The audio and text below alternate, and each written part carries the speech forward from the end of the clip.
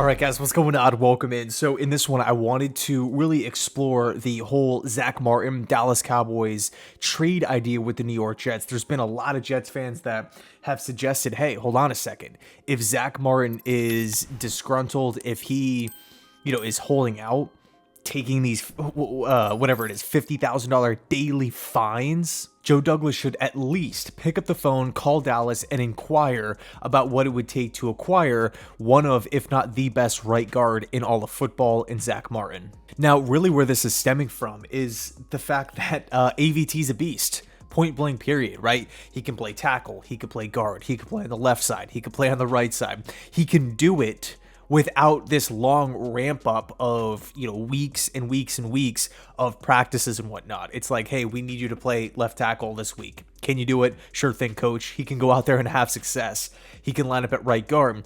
And right now, at least according to Robert Saleh, the Jets organization feels that Alijah Vera-Tucker has the highest ceiling, the highest potential at right guard. I believe they threw out the term all-pro. But since the Jets are weeks into training camp, the idea here is that Alijah Vera-Tucker might need to step up and play tackle because at the tackle position right now, it's just a lot of question marks.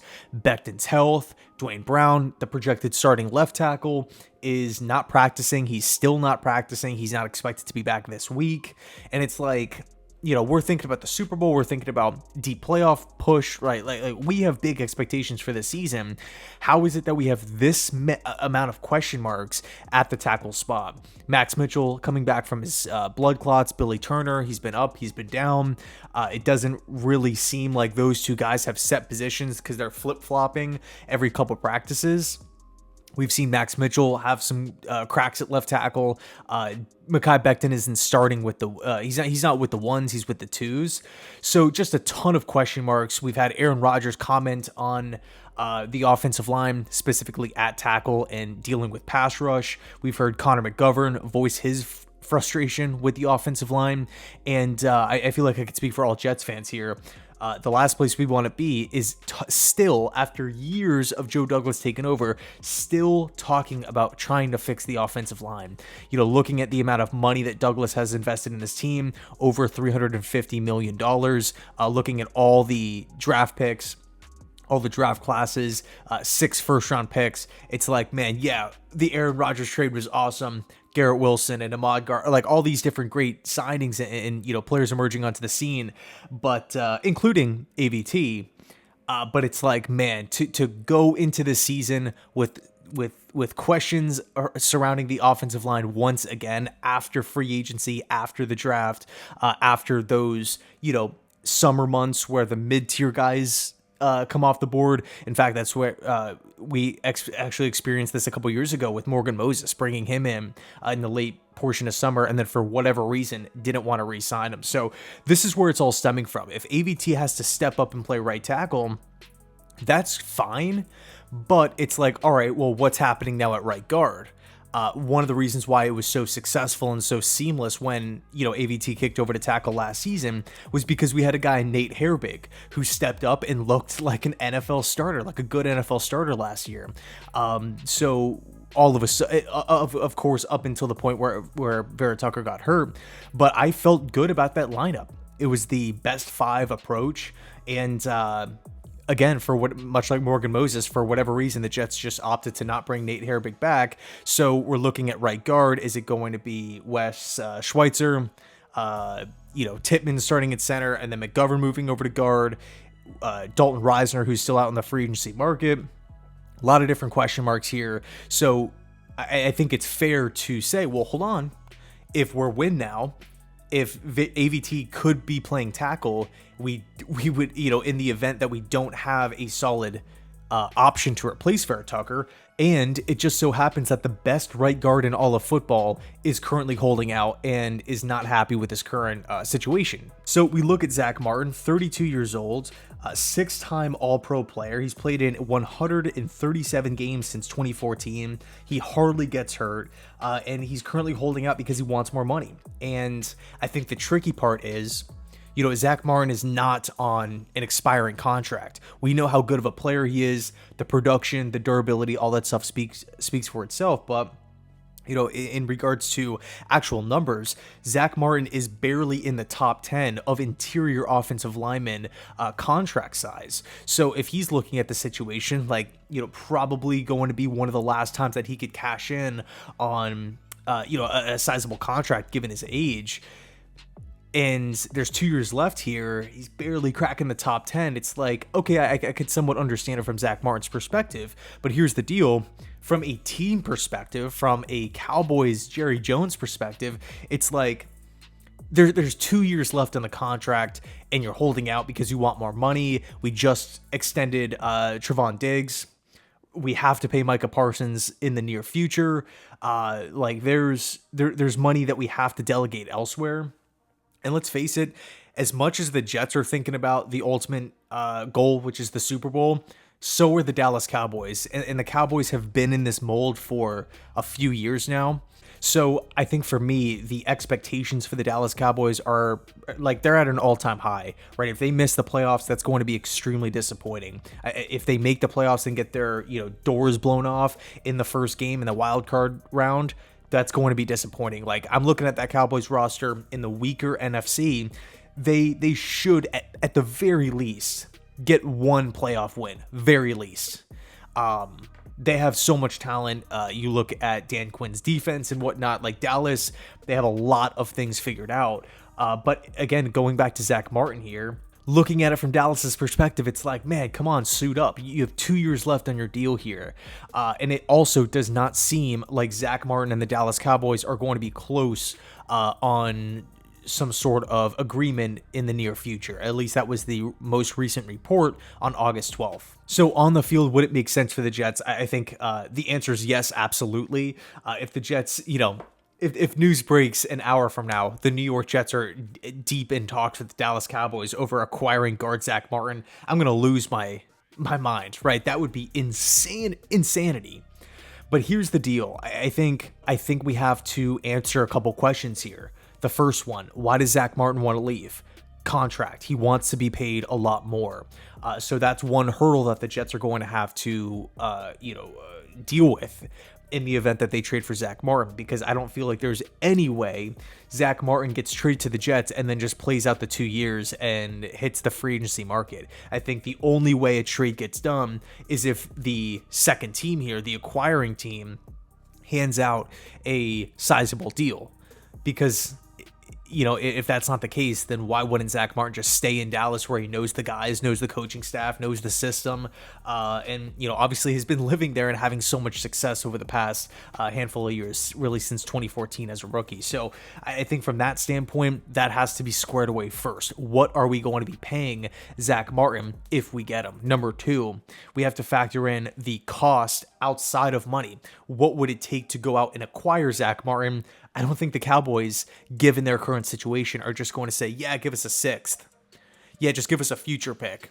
I think the compensation for Zack Martin will be pretty high. Multiple mid-round picks, maybe one next year, maybe a third this year and a high future pick the following year. The only problem is, with the Aaron Rodgers trade, it's looking like the Jets won't have a first-round pick, arguably a second. Now, that's still has that condition on it depending on Aaron Rodgers' snap percentage. And also what's interesting, technically speaking, the Packers are getting one pick. That pick is still up in the air. It could be a second, it could be a first. I wonder if that means that both picks are untouchable, or if you trade the second round pick, if by default Green Bay would just get the first round pick. Zack Martin trade aside, I wonder how that works. If anybody has an idea or some clarification, please let me know down below in the comment section. Just something I'm interested about. I would lean towards no, because that means, if you flip it, you can't just trade your first round pick for a player and then Green Bay automatically gets the second. That's kind of an undercut, cheap way to operate. So maybe not, but maybe they're both untouchable until we find that condition out. But the bottom line is, I think Zack Martin is going to cost a lot draft capital wise, and the Jets are already short when we take a look at the draft for next season. And I think the third thing that we have to factor in here is how Joe Douglas operates on the offensive line. It seems like once in a while he will go out and just make a splash move, and you can make an argument overpays for guys on the O-line. When he initially brought in Connor McGovern from Denver, he made him one of the highest paid centers in football. After year one, that contract was not looking good. Right. He brought in Laken Tomlinson most recently at left guard, making him one of the highest paid guards in all of football. And based off of what we saw last season, we're going to need to see more. Like, that is not up for debate, right? Based off of what Laken is getting paid, he signed a 3-year contract worth $40 million, 29 guaranteed. And left guard was not fun to watch last season. Not at all. But then on the flip side, it's like we had so many tackle opportunities this offseason to bring in, whether it's one of the top guys, whether it's a mid-tier guy, whether it's, somebody like a cheap veteran signing who could come in and do a good job.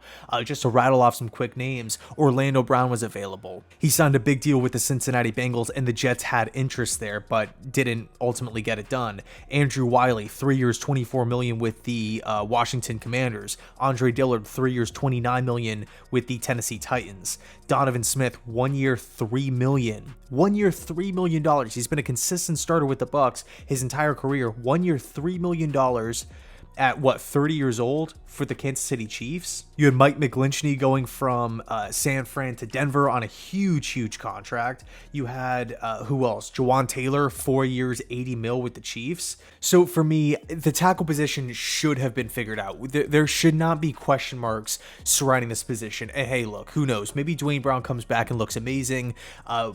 Hopefully Mekhi Becton, once he's 100% healthy and can play start to finish in a game, he looks great. And the Jets don't have an issue. Max Mitchell looks awesome, and Billy Turner has a career year. That stuff I guess could happen, but the fact that we've been talking about it so much, the fact that we've seen numerous storylines, the fact that we have current players speaking on the offensive line and Saleh having to address it and potentially diving into a positional change where we have to take our best offensive lineman and move him because we're weak at that specific position. I don't like this spot. I don't like the spot that we're in. We've had months on end to address tackle from varying contracts. It's one thing if Orlando Brown and Mike McGlinchey were the only two options. Joe Douglas could say, hey, you know what? We were trying to get Aaron Rodgers. I didn't feel like dishing out 80 plus to go get Mike McGlinchey. Just too expensive.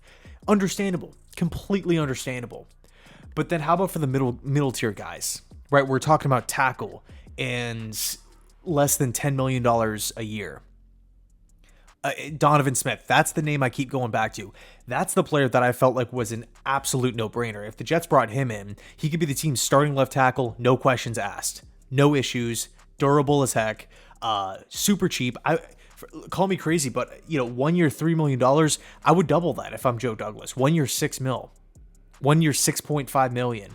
Donovan Smith can come in, be the team's starting left tackle, and we can kick our feet up and say, yeah, we're going to be solid all year at left tackle. Maybe he's not going to be the best. Maybe he's not going to be top 3 or top 5, top 8. That's fine. But can he be top 15?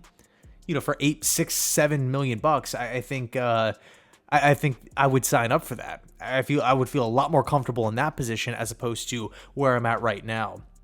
And, this even goes back, we talked about it before, this even goes back to Morgan Moses, where for whatever reason, we just allowed him to walk due to Mekhi Becton and George Fant, both expected to be healthy.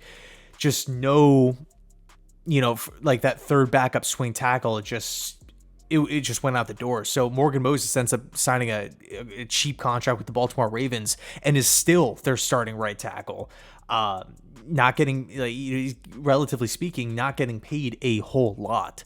So just a strange situation. So but it's tough because, again, looking at McGovern, looking at Laken Tomlinson, with those guys, Joe Douglas had no issues handing out a ton of cash. No issue whatsoever. So strange stuff here. Let me know your thoughts down below in the comment section. I think I would really, obviously I would love Zack Martin wearing green and white next season. I do think a lot of things have to happen. Trade compensation, What's the future contract going to look like? But here's the good news. The Jets do have money, right? When these free agent deals were going down, Aaron Rodgers did not restructure his he didn't take the $35 million pay cut. So we have some flexibility here. Salah alluded to it. He does have some cards in his back pocket. So we'll see how it plays out. But either way, I feel like the Jets should not be in this position, at this point in time. But here we are, so we have to address it head on. So anyway, thanks so much for watching. Let me know your thoughts. And as always, go Jets.